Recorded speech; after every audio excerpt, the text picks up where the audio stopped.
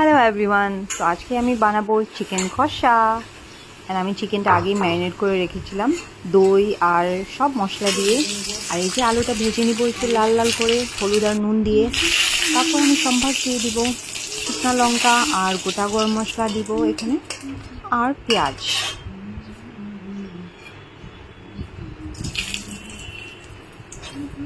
আজকে আমি একটু অন্যরকম করে বানাবো, যেটা চিকেন কষা। এই জন্য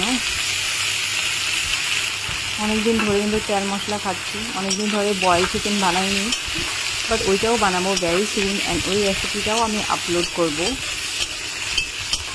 আর আজকে দেখে নিন এইটা, এই যে পেঁয়াজটা একটু লাল লাল করে ভেজে তারপর চিকেনগুলো এখানে দিয়ে দেবো। এটা কিন্তু সবারই ফেভারিট।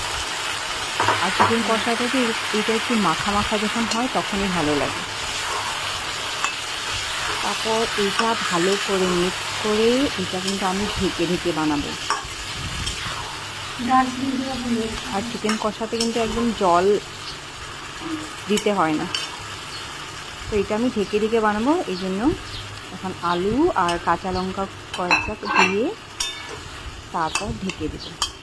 আর এটা একদম কম আঁচে এটা বানাতে হয়, তো এটা ঢেকে ঢেকেই বানাবো। কিন্তু দেখেন একটু কালার হবে না, বিকজ আমি এই যে আমার চিকেন অলমোস্ট রেডি। কেমন কালার হয়ে আসছে দেখছেন?